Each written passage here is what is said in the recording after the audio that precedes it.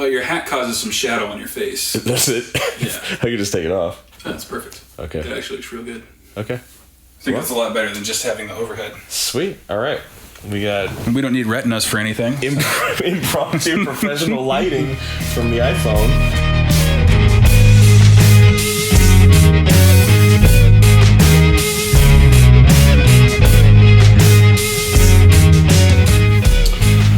What's going on, guys? Welcome back to the Big Freakin Health Coach podcast. I'm Big Freakin Neil, and I'm joined, as always, by my buddy, business partner, brain twin, Health Coach Kane.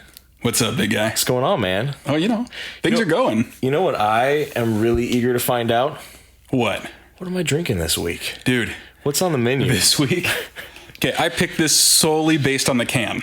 Always a good means of picking an energy drink. It caught my eye before all of the staples. Okay. So like step aside Monster, step aside everything else. Okay. This is called Adrenaline Shock. Okay. And I only picked it because the can is just badass. It looks super cool, right? I love the name. I love the logo. Yeah. I've never heard of Adrenaline Shock. No. 0 sugar, 0 calories, 0 artificial flavors, 0 chemical preservatives. Then it says live action something. Is it just water or? I mean, you would think so. Sure sounds like it. Trying to figure out just what it's got: niacin and B12 and magnesium. So it's like a pseudo pre-workout as well. Okay. It's got some potassium. Great in thing there to drink when you're about to sit. Yeah. For a solid hour.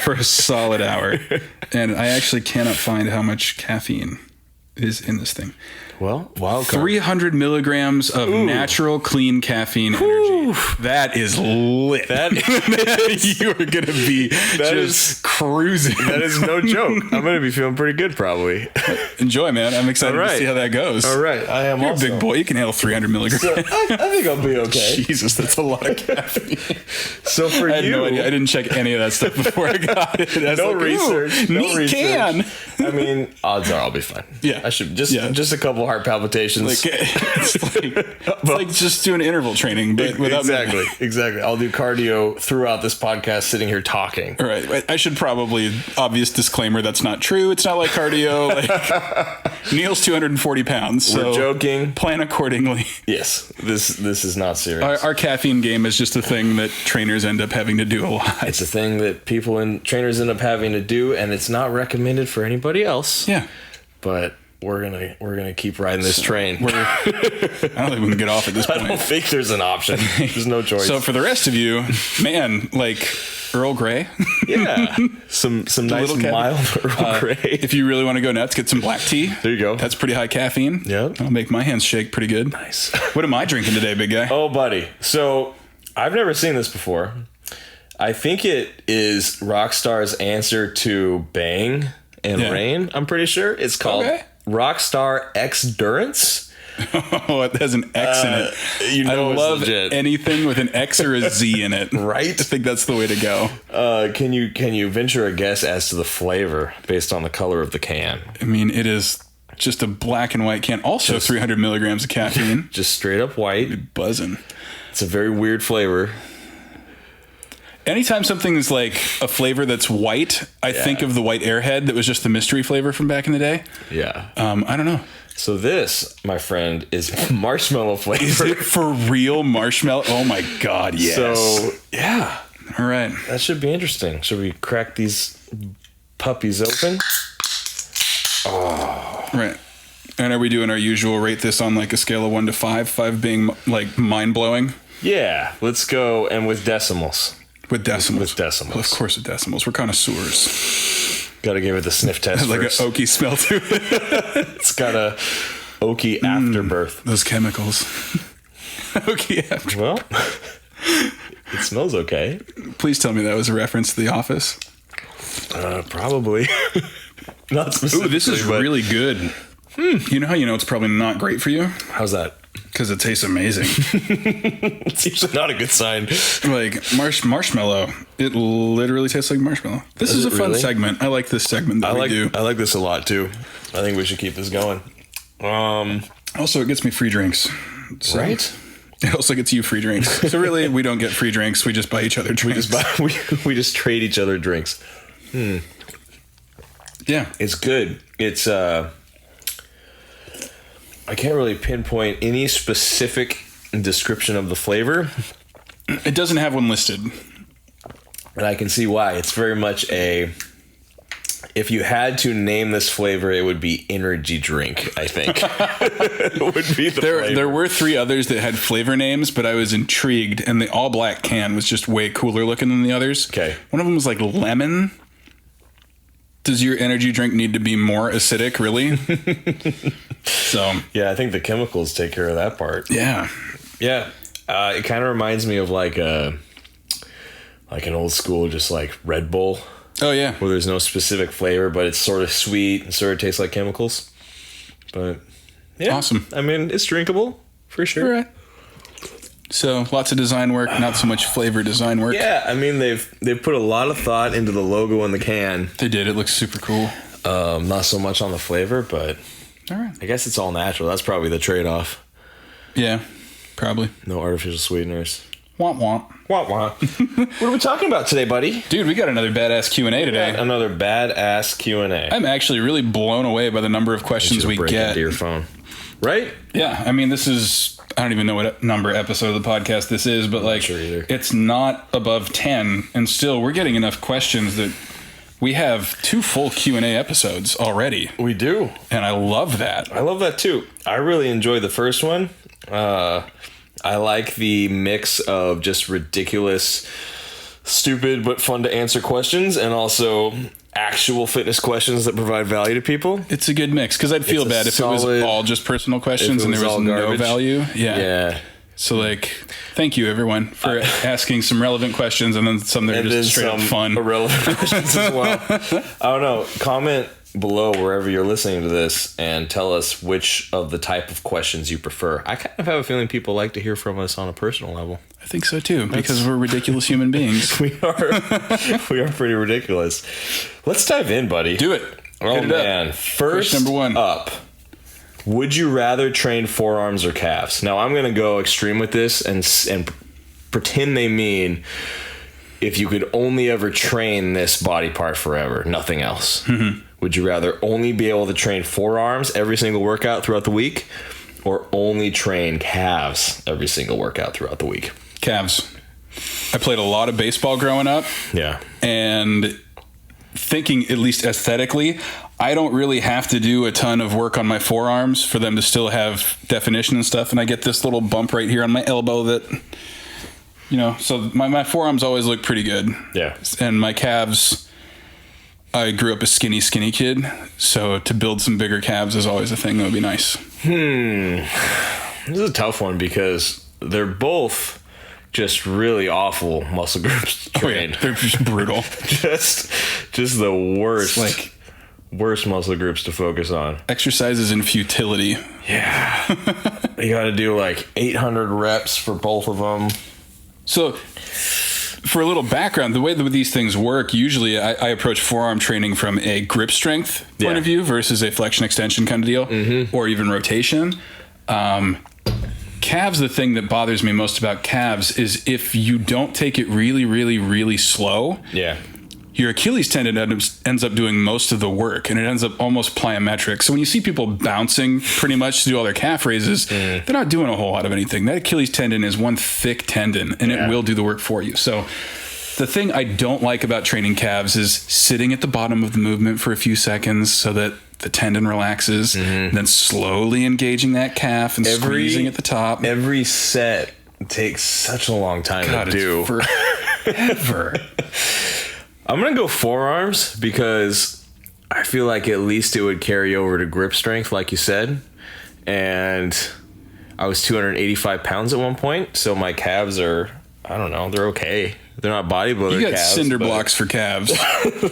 They're all right. Like, you're not going to be a foot model by any means, but like... Yeah. I mean, maybe if I shaved off some of the hair, I don't know, bro. You got some Frodo feet going on down there.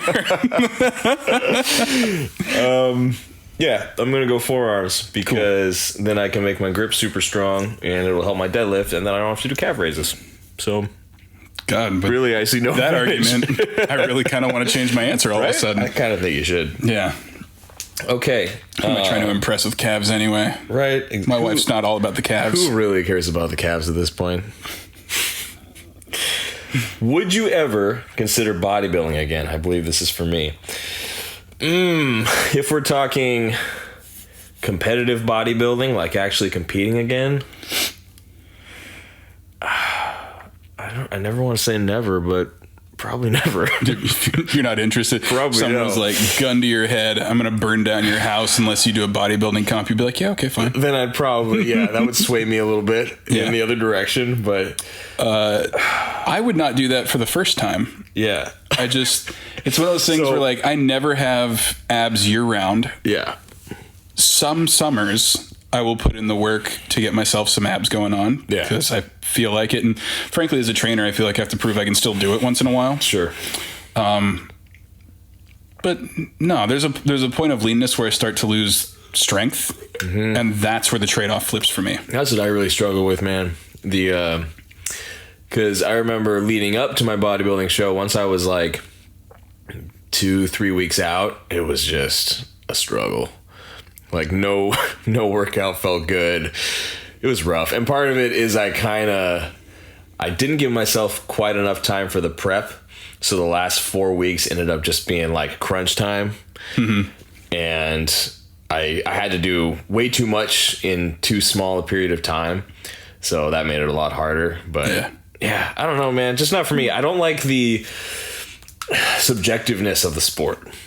Yeah. Like nothing but respect for the athletes and for the sport, but preparing a physique and then having just someone's opinion of your physique be the deciding factor of how well you do, that bothered me. I didn't like that very much. I like with powerlifting, it's so measurable. Like either you lifted the weight or you didn't, and there's rules you have to follow, but as long as you follow those rules, it's no longer subjective. I feel like it's kind of like the difference between cooking and baking. Yeah. Where like baking can just be a straight up science and you can make good stuff. You can decorate stuff really cool and that's the art part. But like cooking, that's more like bodybuilding where like there's a lot of preference to it. If you were to get judged by a panel of people on like Top Chef. Yeah. Versus like, I need you to make this cake. And it needs to be 2 tiers. That's and a good analogy. Yeah. It's either a cake or it's not. Right. Because with baking, as long as you follow every single measurement, it turns out. It's still a cake. I know it's not hard because I can do it. Yeah. And I'm a really terrible cook. Right. Yeah. No, I like that analogy. So, I don't know. I mean, like training wise, I would consider, for periods of time, kind of adopting a hybrid bodybuilding training style again, for sure. Mm-hmm. But an actual competition, probably not. Yeah. Very, very unlikely. I mean, you never know. Our buddy Ty does those all the time. He does. And his last 3 months of prep for those shows, he's got a lot of hardware. He does a really good job. Mm-hmm. Like, he's very good at what he does. Yes, he is. But he looks just miserable. Zombie, dead on his feet, miserable for like up to 3 months for some of those cuts at the end. Yeah. And he brings home a trophy. Yeah. So good on him, but I don't know. I don't feel like it's brutal. Sleeping that poorly and having that low of energy. I know, right? Yeah. I don't think the trade-off is very good.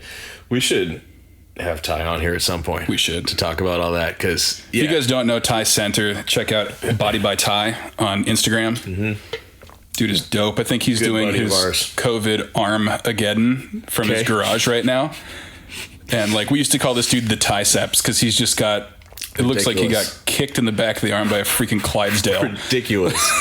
I remember I don't know if it was on Instagram or what, but I remember seeing a picture of his tricep flexed, like right before he was about to get on stage. Mm-hmm. And I did not... it was for a second unidentifiable to me as a muscle. I'm like, is that a quad? I think I know the picture you're talking about. You can see the striations in his freaking triceps. It's ridiculous. I'm like, it's crazy. So yeah, check him out. We'll have him on the show sometime for sure. Absolutely. Let's definitely plan on that. What's the next question? Okay, moving right along. What time of day are you at your strongest? If this is a general question, then everybody's going to be different. Mm-hmm. If there's this individual specific question to us, I would say right now my body is used to training at like 2 p.m., like mid-afternoon. Mm-hmm. So I feel my strongest then just because that's what I'm used to. Yeah. For the most part, I think that's the biggest factor with that is what is your body acclimated to? Mm-hmm. Because once you've done something long enough, you'll feel your best training at that time. Yeah. How about for you? That's true. For me, it's 2 hours after my first meal of the day. Okay. It's not late enough that I'm running out of focus or willpower or juice or anything like that. And I've given myself probably around 700 calories in the last couple hours. Yeah. And that's kind of the sweet spot. I haven't been able to really dial in a regular training time lately. So it's kind of all over the place. It's a little all over the place. So usually if I eat something substantial 2 hours previously, I feel pretty strong. Gotcha. This is a really good follow-up question in the same vein. How does lack of sleep affect you personally while working out? I'm abysmal. Same. Honestly, it's so bad. First of all, the lack of sleep, the general fatigue, the problems that go with focus with those things. Yeah. All my auxiliary work, you might as well just cut 2 to 4 reps off of every set. Yeah. Based off of what I do when I'm rested. Mm-hmm. And then you should probably chop like 10% off of my max strength on my strength sets too. Yeah. Like the coordination becomes an issue a lot quicker. My CNS gets fatigued a little faster. Yeah. And my recovery is crappier in between sets. Like just across the board, overall down performance. Yeah.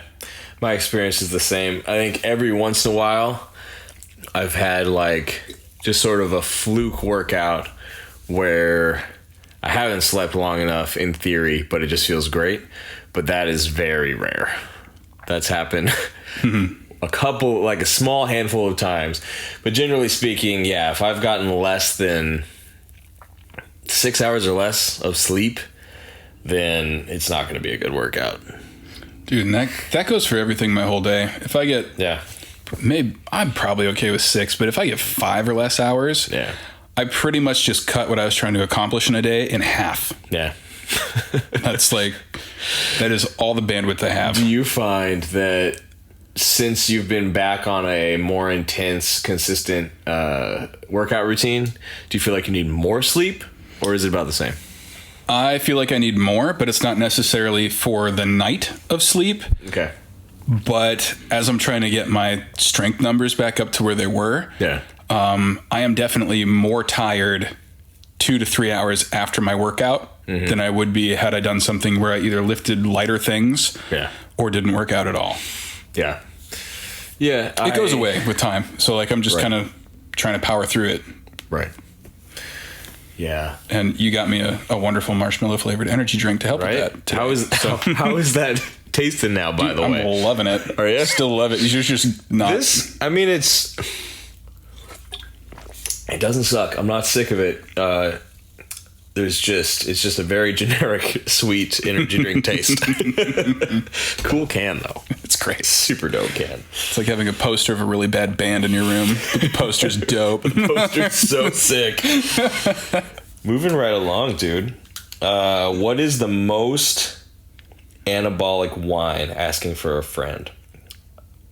I don't know that there is one. I don't think there is one either. I don't think there's not an anabolic wine that you would want to drink for sure. Like a high protein wine.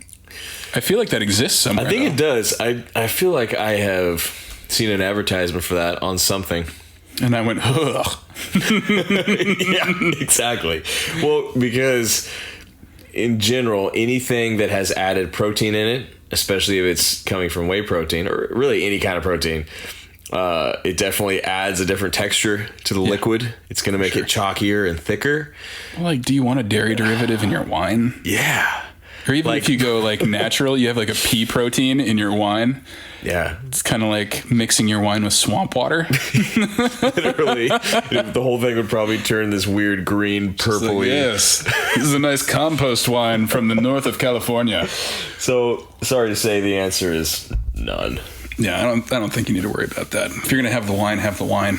Yeah, exactly. Drink your protein separate. Mm-hmm. Unless, maybe that one brand of protein wine is delicious. We don't know. Too scared to try it. Maybe that'll be a future episode, future taste test. Yeah.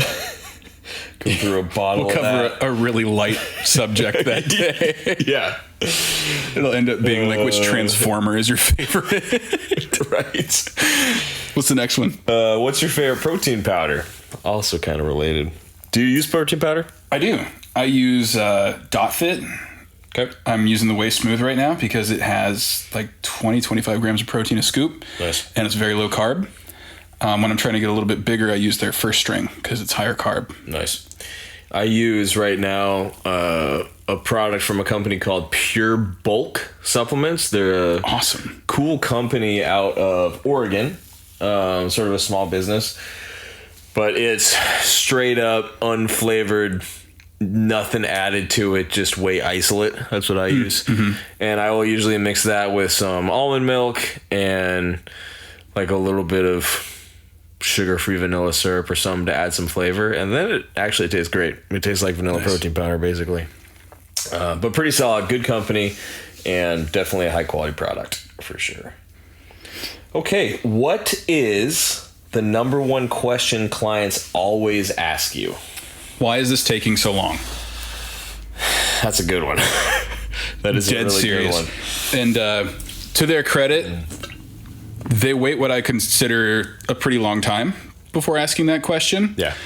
And it's not their fault. There are a lot of unreasonable expectations set with just about every single goal you can have. Yeah. So like, especially when a client who's already fairly lean comes in and they're like, hey, I want to lose the last 10 pounds. And then like 3 weeks go by and they're like, dude, why is this not working? And I'm like, it is. But you're a man who is already 12% body fat when you came in. If you want to be 8, it's going to take a really long time to burn those last few pounds. Yes. Like your body isn't dying to give that stuff up. So it just, fat loss takes time, and the leaner you get, the longer it takes. Right. So that would probably be the number one. I think I'm right there with you, or at least some variation of that. Like, it's hard to be patient, man. The whole process, especially with fat loss, is just such a long one. As increasingly so too, like you said, as it goes on, as you lose more weight, as you have less weight to lose. Yeah, I'm gonna have to cheat and say same here, because that is absolutely the most freaking question. I would say that since we have the same first answer, my number 2 is, why do we do the same thing so often? Yeah. And it's because that's how adaptations are made. Yeah. If you are already in the shape you want to be in and you change up your workout a lot, that's fine, because maintenance requires less stimulus than growth or fat loss or things like that. Yeah. So like, yeah, if you want a stronger deadlift, you have to deadlift very frequently. And your accessory work, you have to repeat frequently enough for a long enough time to actually build up your weakness areas. Yeah. And things like that. So without repetition, you can't build strength. That's a good second answer for me would be, why haven't I gotten stronger in this? Or why am I getting worse? That's one that I get pretty frequently. And I mean, same idea as the first answer we both gave. That stuff takes a lot of time, and there's always off days. So, and off weeks. So at times a client, and for myself too, from one week to the next, you can perceive a loss of strength if the week before you had let's say an awesome squat session. It was just a killer day. Everything felt right. Then the following week you have a not so awesome squat session. It can kind of feel like you're moving backwards. Yeah. So that's a pretty common one for me. Definitely. I tell clients that like out of every 10 workouts, like 3 will be awesome, 3 will be garbage, and all the rest will be okay. And you're just looking for the okay ones to get consistently better. Yeah. That sounds like the perfect statistic for that, actually. That checks out. Yeah, I mean, some weeks I feel like I have more bad workouts than I have okay workouts. And then some weeks it's the other way. That's fine, because progress isn't linear all the time. Right. Yeah, it's consistency over the course of several weeks. What's your net average workout look like?